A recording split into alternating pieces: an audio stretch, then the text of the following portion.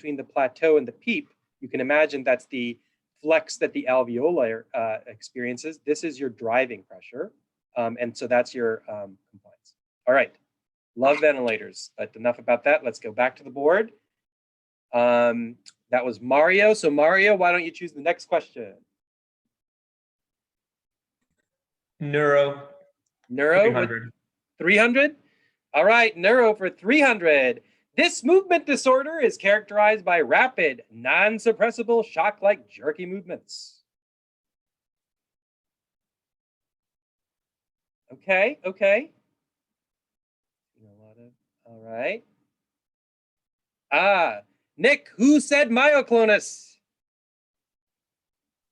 That was Grodsky, I think. Michael Grodsky is correct. That's let me see. One for another one for the PGY2s. The answer is score. What's that? I said I'm doing score, so don't worry about it. Okay, good. I don't need to do that then. All right. Yes, so the answer is indeed myoclonus. So myoclonus is, the thing I will say about myoclonus is it is almost always pathologic. The only type of myoclonus that's physiologic is hiccups and I think like sleep jerks and stuff like that. So when you have acquired, anytime that you have acquired myoclonus, it's always pathologic. And it could really be from anywhere in the CNS or PNS. And most commonly, it's associated with like cortical injury, but it can be anywhere. There are really two main categories of myoclonus. There's positive myoclonus and negative myoclonus. I don't know if you guys knew that there was two types. Positive myoclonus essentially means that there is a muscle contraction. So this is a muscle contracts to cause the jerk. In negative myoclonus, it's actually a muscle relaxes to cause the jerk. So I don't know if you guys knew this, but an example of negative myoclonus is in fact actually asterixis. Asterixis, the flapping of your hands, it's not because there's a muscle, the contraction that causes them. I don't know if you guys can see me doing this on the screen, but it's actually a momentary loss of tone that causes the flap-like action. So negative, that's a classic negative example. And again, there's a lot of different causes. Most commonly, it's you know, like things like hypoxic brain injury, toxins. When it comes to endocrinopathies, you know, you think about things like hyperthyroidism. Infectious causes can cause this too, namely like Lyme disease, Whipple's disease, herpes, that kind of thing. Yeah. All right. So myoclonus, negative and positive. Cool. And that was Grodsky, I think you said. So does he want to choose the next question?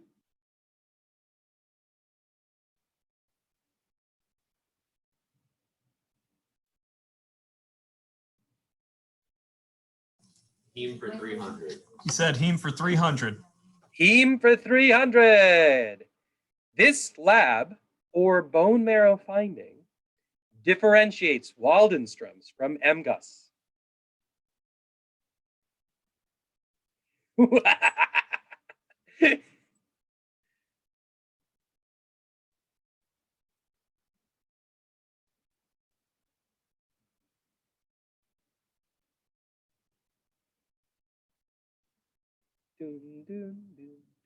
Okay, eosinophils.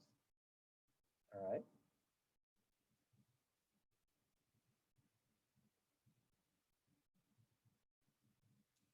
I'll tell you that there's two criteria. One of them is according to the M spike. The second one is, as Katie Duffy said, is the percentage of plasma cells. All right, okay. So I guess I can accept, you know, Mario's answer of IgM and presence of plasma cells, as those are the, you know, kind of two main differentiators. Specifically speaking, the difference here is MGUS, to be a monoclonal gammopathy of undetermined significance, must have an M spike. So there's The M spike is your monoclonal protein, right? And don't confuse that for IgM here. So the M spike must be less than 3 grams.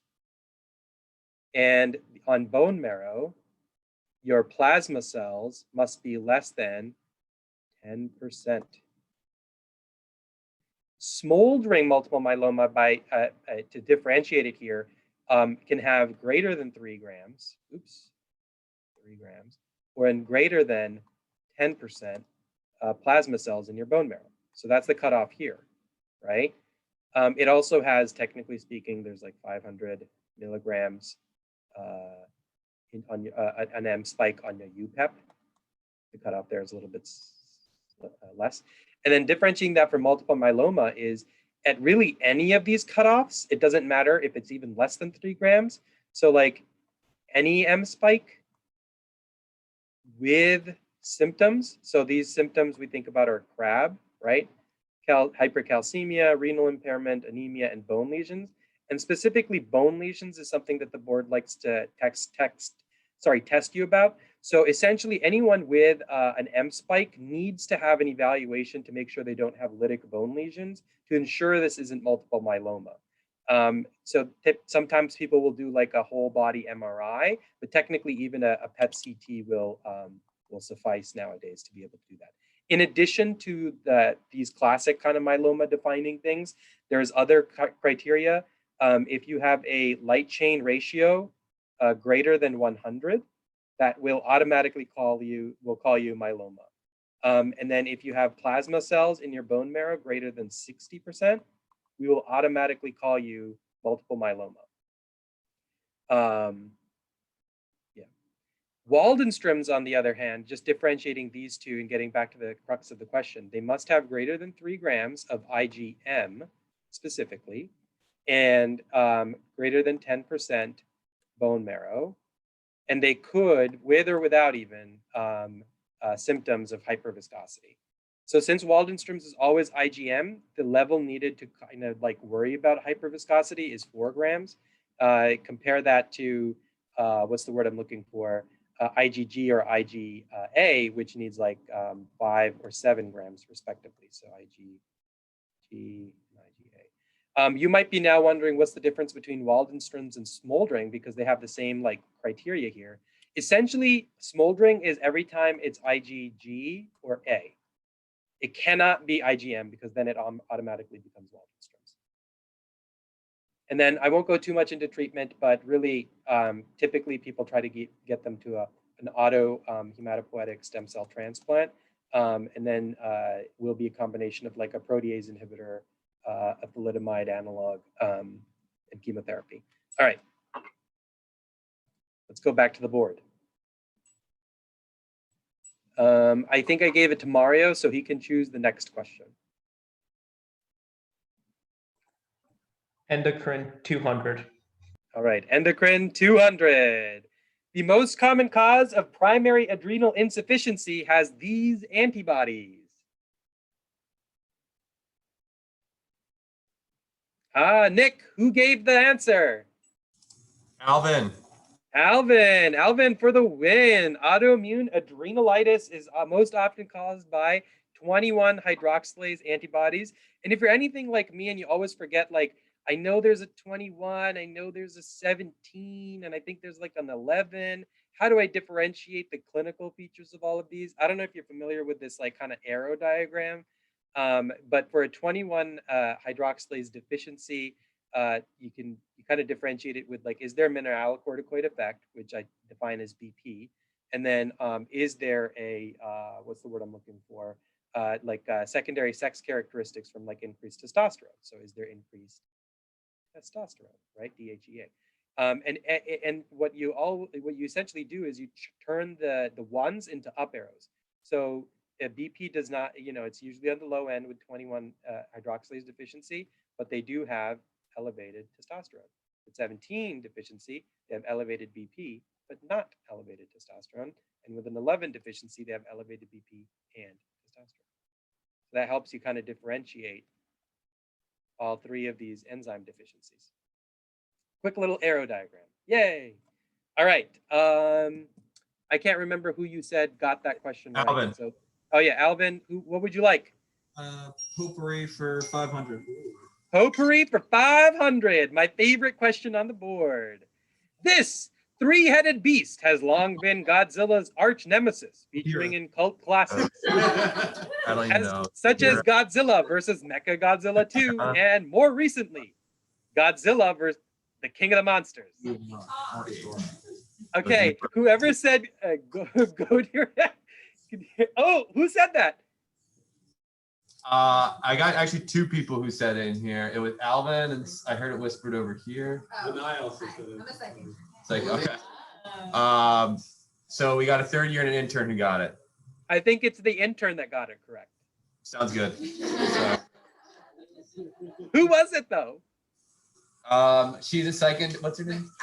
Catherine. She's in psych. She's the psych resident. Hey, Catherine, you just got an automatic spot in the PGY2 class for internal medicine if you want it.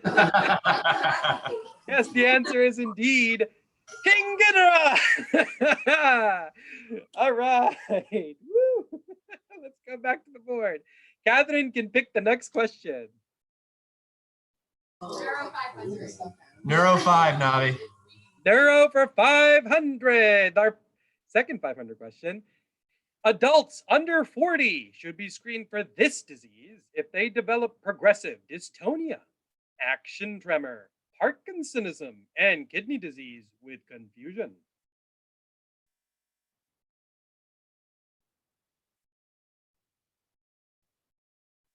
Ooh, it looks like Nick. Who said that?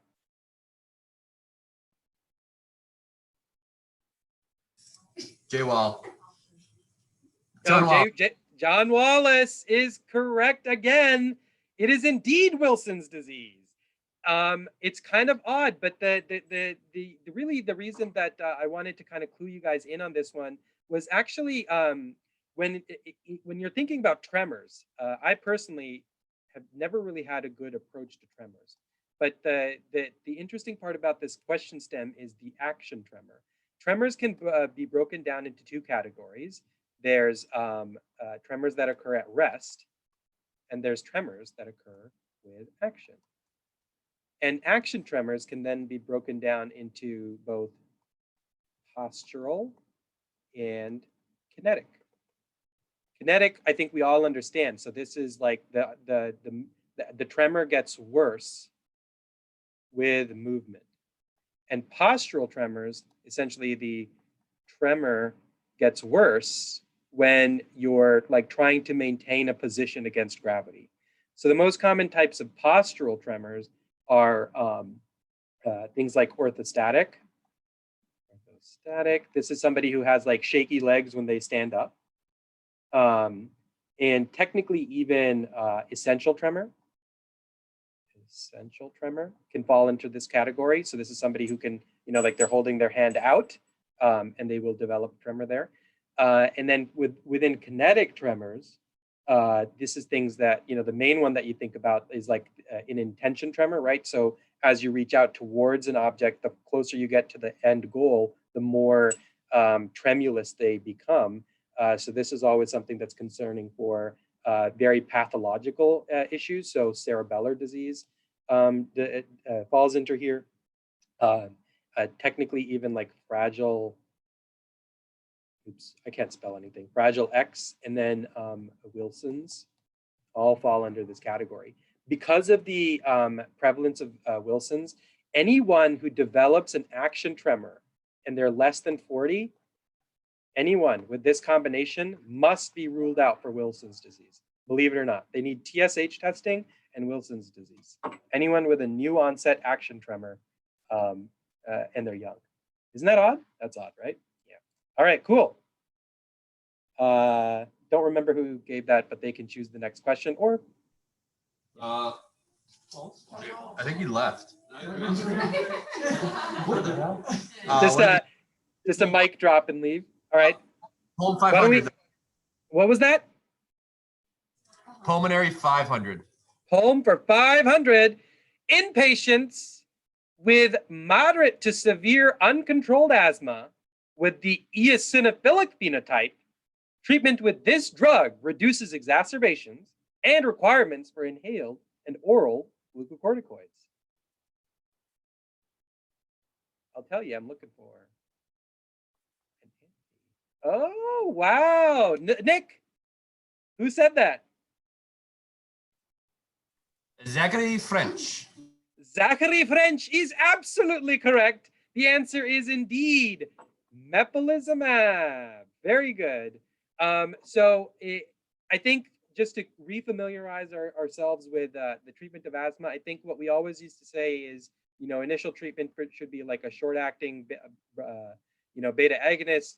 And then, with step-up therapy, essentially you just go with an ICS, and then you just increase the ICS dose and add on a LABA. Remember, and this is board tested, a LABA alone leads to increased mortality.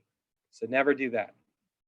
There are newer guidelines published by, I believe, GINA is the organization, which says that perhaps considering the underlying mechanism of what's causing an asthma exacerbation, being like hyperreactivity and inflammation, using a rescue inhaler that's actually a combination of an ICS and formoterol would be helpful. So this is actually now first line, and it's used PRN even for when they think they have a little flare, and then the dose escalation is the same as it's always been, escalating ICS. If you have symptoms despite kind of like step up therapy, you have the option to check for eosinophilia or even IgE. This is the first antibody approved, omalizumab. And then there's also the mepolizumab, which is for the eosinophilic subtype. So omalizumab and mepolizumab used to treat asthma. All right, next question. What does the lounge want, or anyone? Endo 3. Endocrine for 300. This lab must be checked in patients with hypoparathyroidism to avoid renal complications of therapy. Okay. Not bad.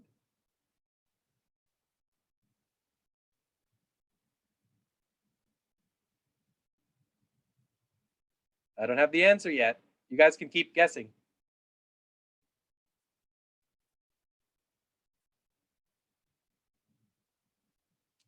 I'll tell you specifically. Ooh, all right, Nick. Who said that? That was our boy Grant with the PGY1s. Grant, PGY1 is absolutely correct. The answer is a 24-hour urine calcium. So you can imagine with anyone with hypoparathyroidism, parathyroid hormone, what it leads to is in the kidneys, right? So in the kidney, it will increase calcium reabsorption, and then it will lead to increased phosphate dumping. So that's the net effect here. But if you don't have parathyroid hormone, you're going to lose calcium in the urine. What happens is that you have hypercalciuria. And obviously that's going to lead to hypocalcemia. So how are we treating these patients? We're giving them calcium and vitamin D. The issue here is that when I give a patient with hypoparathyroidism a lot of calcium, and they're just going to keep dumping it in their urine, hypercalciuria, the complication that we worry about, is a stone.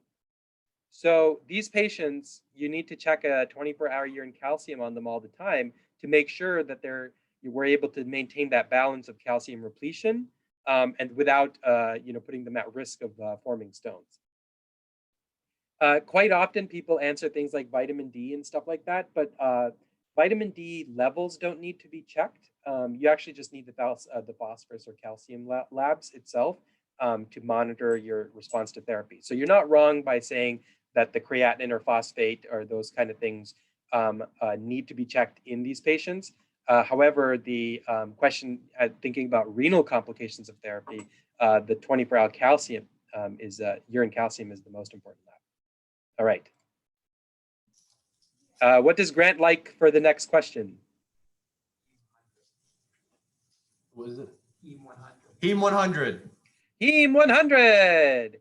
In evaluating isolated thrombocytopenia, these antibodies are not helpful.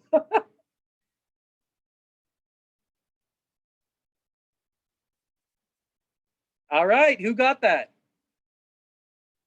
That was Zachary French. That is correct. Anti-platelet antibodies are not helpful. So never check these. So this is like always the wrong answer on boards. As much as I would love to go into the details of an approach to thrombocytopenia, you could always watch the TMAR case I think this was about. But basically, your first step is going to be to check it on a citrated tube. And if it's confirmed, your next step should always be to check a smear. And based on what you see on the smear, that helps you narrow your diagnosis to what is going on. If this is done in the setting of like with anemia or without anemia. So this is without anemia. So when you think about with anemia, there's a lot of different causes. We look for schistocytes, spherocytes, and dacrocytes. So schistocytes, helmet cells, spherocytes, and then dacrocytes, right? Schistocytes tells you that there's some sort of intravascular hemolysis going on. Spherocytes tells you that there's extravascular hemolysis going on, and dacrocytes tells you there's some sort of bone marrow issue. So this one, you need to check hemolysis labs, like including a haptoglobin. Same with this guy, but also need to look at your spleen and things like lymphoma, and rule out like Evans syndrome, and do a DAT. And dacrocytes, you need to evaluate the bone marrow. Without anemia, we start looking at the platelets themselves, like are they big or are they normal? When it comes to normal platelets and it's isolated thrombocytopenia, I know everybody wants to always jump to like, is this ITP? But you actually have to still rule out a lot of things, namely HIV, HBV, even H. pylori. And this is also depending on like how severe the thrombocytopenia is and the clinical context. Could this be HIT? Or if it's catastrophic HIT, it could even be intravascular hemolysis here. Right. And then big platelets, think about congenital things like Bernard-Soulier and Glanzmann's thrombocytopenia. In any case, yay, a little approach to ITP and thrombocytopenia, but essentially this is a diagnosis of exclusion, and these antibodies, although they are specific, they are not very sensitive at all. Okay. No, just a heads up, we got about 19 minutes. But Zach, what do we want next? Home 200. Home 200. Testing for this condition is indicated for inpatients being treated for not responding for a COPD exacerbation. Inpatients. Very good. Who said PE, Nick? Ashima. Ashima is correct. PE, believe it or not, in retrospective analyses, about 25% of COPD exacerbations in inpatients tend to be from PE. What? Isn't that crazy? When it comes to your approach of management for COPD, I think everybody has seen this stupid like gold diagram. And I think it's always like, I almost never know what to do with this. Because it's like, well, they're all like Lama Labas and Lama Labas. It's just says Lama Labas everywhere. But I think that to only just very briefly touch on this, the difference between these two sides of the category is burden of symptoms, right? So are they symptomatic? And the difference between going up is number of exacerbations. And I think the biggest question is, to know, or biggest thing to know when it comes to management of COPD is when do we use ICS? So the newest guidelines would say that an ICS, an inhaled corticosteroid, is indicated in COPD for just a few issues, right? So if anyone has ever been hospitalized for an exacerbation, or if they have more than 2 per year, so they're at risk of hospitalized exacerbation, they need an inhaled corticosteroid. They also will need an inhaled corticosteroid if they have peripheral eosinophilia. Why? Because this might point you to more of an overlap symptom with asthma. And that's the other indication, is a history of asthma. So in patients with a concurrent history of asthma or peripheral eosinophilia specifically, or greater than 300, or in hospitalized. So these three people should get an ICS. And by the gold category, they're typically gold D. Contraindications is people who have a lot of history of pneumonia, if they don't have eosinophilia, and then also if they have a history of like a TB infection and that kind of thing. All right. That's all I'll ask about that. Next question. Last one. Oh, sorry. Endocrine or 400? Endocrine, 400 now. Love it. Appropriate length of therapy of denosumab for osteoporosis.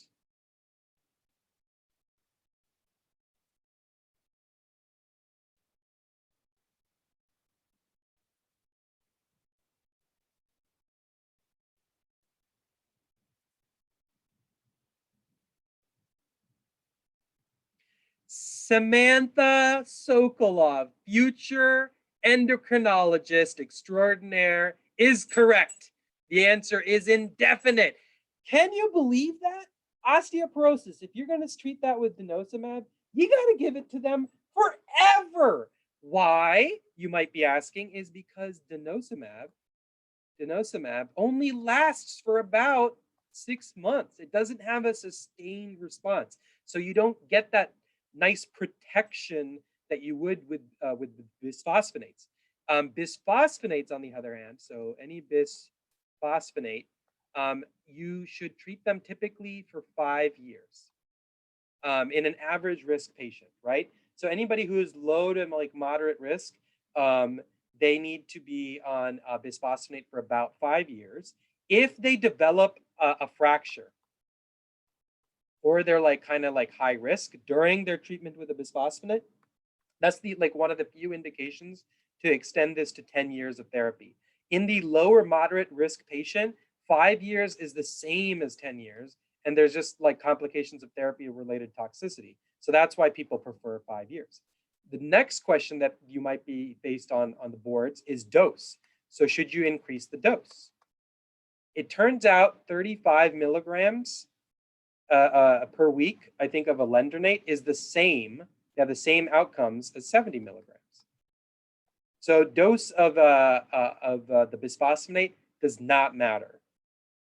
However, in patients with advanced CKD or intolerance to bisphosphonate, they may have a history of like jaw necrosis or whatever, then if you're only faced with the option of using something like denosumab or even like a PTH inhibitor like teriparatide, denosumab unfortunately does not have a sustained effect.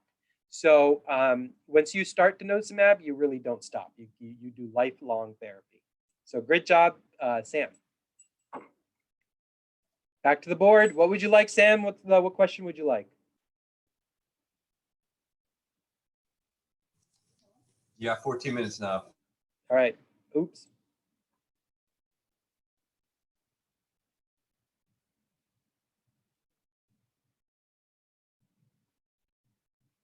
Sam? Ooh. Potpourri 200. Love it. Potpourri for 200. This is the largest inland body of water in the world, sharing its name with a character by C.S. Lewis.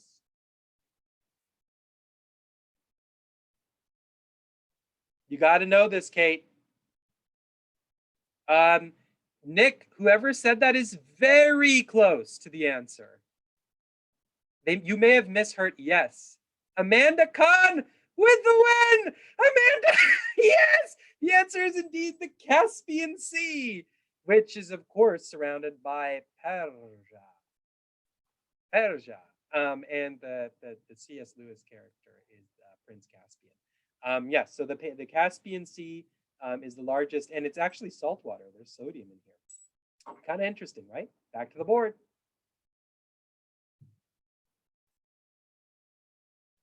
Amanda, what do you want?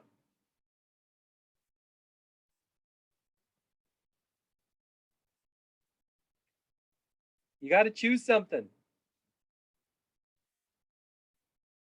Okay, I'm going to make you choose Potpourri 100. This country is home to the oldest continuous hereditary monarchy. Okay, okay.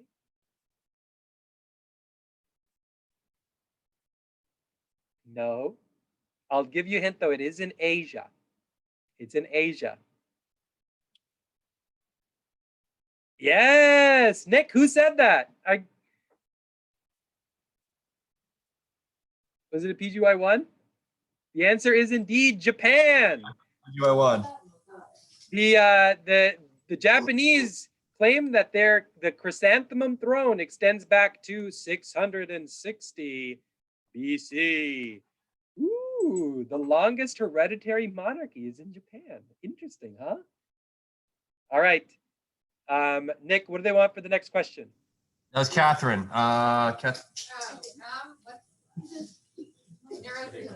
Neuro 300.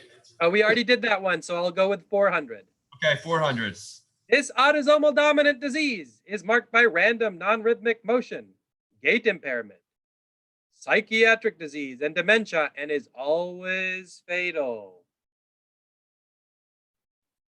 Cash got the, or I guess Nick, it might be somebody in the lounge, or Cash, one of you guys. Yeah, no, I just wrote it down wrong because I was stressed.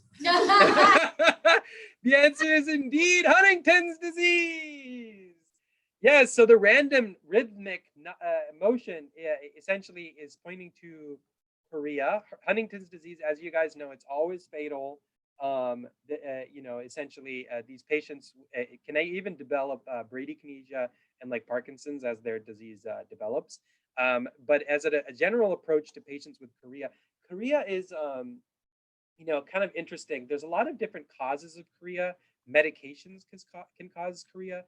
Anything that's going to increase your dopamine, so like levodopa, things that are going to be like antipsychotics even. So psychotic meds, specifically, I think phenytoin can cause it, and even amphetamines can cause chorea. So look for that. Believe it or not, it can even happen in pregnancy. This is called chorea gravidarum. I hope somebody can read what I'm saying, chorea gravidarum. And then it can happen from infections, specifically the one that's always tested. So as far as like infections are concerned, is like strep, right? So that's Syndham's chorea, prion disease, HIV, and herpes are the ones to know. And then it can happen in paraneoplastic disease with like the NMDA 5 and then CRMP5 and Lambert-Eaton disease. And of course, as we're talking about with Huntington's disease, any like neurodegenerative disease like Huntington's, Friedreich's ataxia, and spinocerebellar ataxia, those kind of things. All right. Since I'm running out of time, who wants the next question? Neuro 200. Neuro 200. This medication is first line in treatment of Tourette syndrome with tics that interfere with daily function. Tick tock. Okay. Not correct.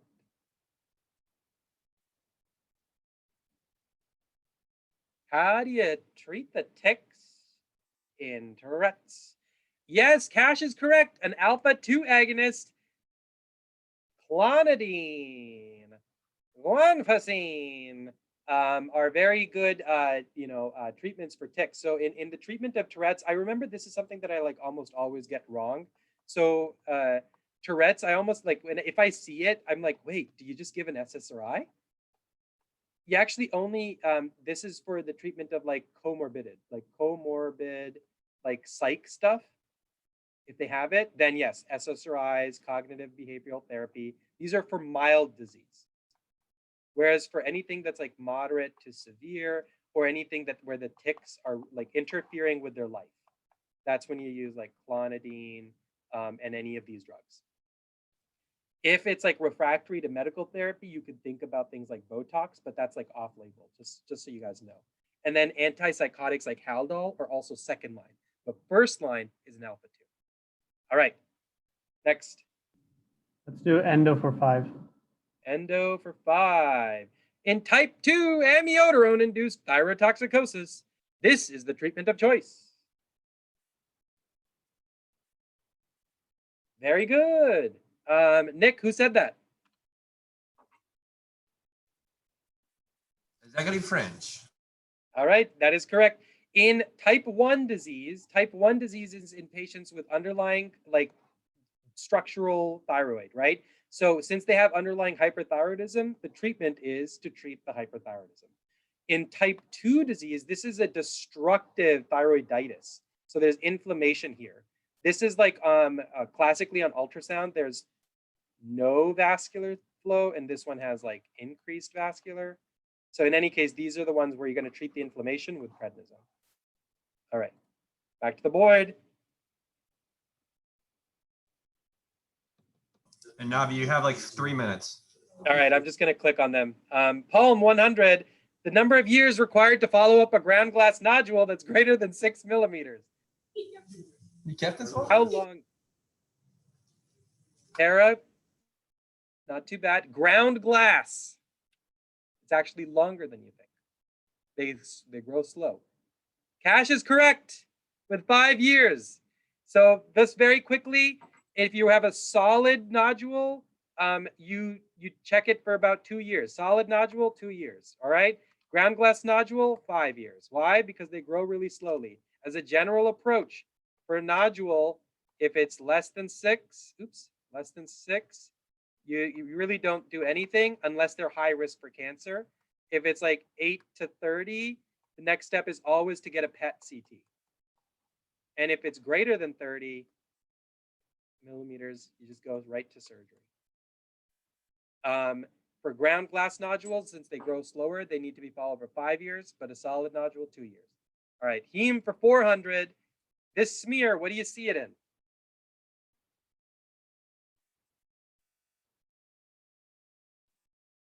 I'm going to keep giving you hints as we go. Look at these teardrop-shaped cells. They look like they're being pushed out.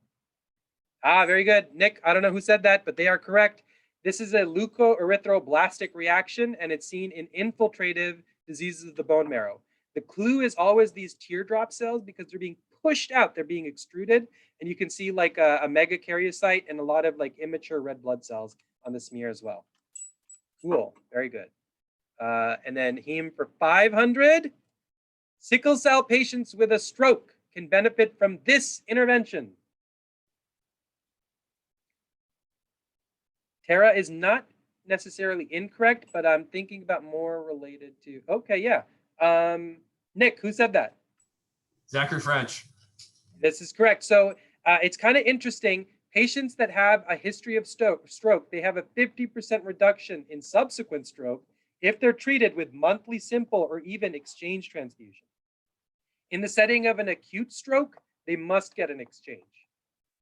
And for chronic, those are the ones that typically we order a simple transfusion. But you could do an exchange as well. All right, neuro for 100. This tremor occurs at rest and is typically reemerges after outstretching a limb. It is often seen in patients with bradykinesia.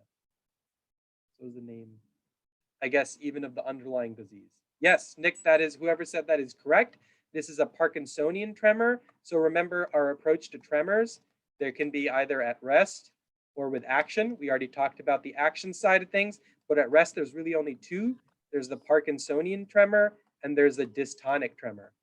The dystonic tremor, very, very classically, will have a null point. This is a tremor where you essentially, with a change in position, the tremor goes away. So anytime you hear that in a question stem, that is the correct answer. All right, 2 more questions left. Endocrine for 100. In order to prevent hypocalcemia after starting bisphosphonates, this lab must be checked. That is correct, Tara and Sam. I think Tara might have gotten it on my screen, but vitamin D is absolutely correct. Essentially, Tara, essentially what happens is that you want to avoid a rapid influx of calcium into the bones, and if you don't replete vitamin D, you'll have a severe hypocalcemia. And this is the same in patients who have like hypoparathyroidism. They do need their vitamin D repleted before you all right. In any case, last question before we move to a final Jeopardy. So the last question, Potpourri 300. This iconic Spanish dance song sung by Los Del Rio is about a woman of the same name.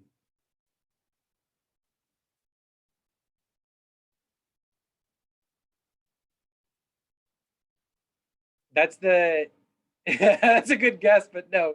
The name of the song? Okay, I promise you all, we have all danced to this.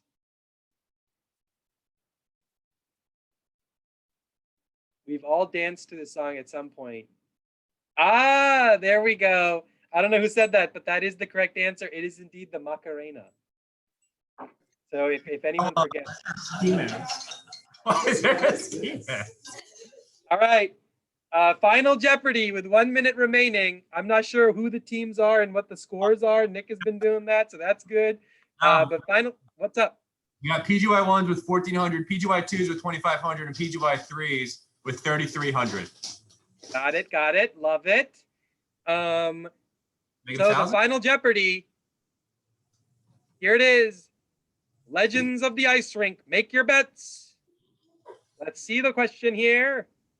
What does that mean? This Canadian legend and New Jersey Devils alum is the winningest NHL goaltender with 691 regular season wins. I don't know who said that, but that is correct. The correct answer is indeed Martin Brodeur. So thank you for playing. Who won, Nick? How much was that? How much was that worth? Why don't you tell me who won? It depends on how much that was worth. It's whatever. Technically, it's supposed to be whatever they bet, but I'll make it worth 2,000. Okay, PGY 2's won with 45. Right. Last time it was the chemo. What was the thing last time? Eurovision. All right. I hope you guys had fun. I definitely did. Navi, did you record? No. It says it's recording. I recorded. I but I recorded. Okay.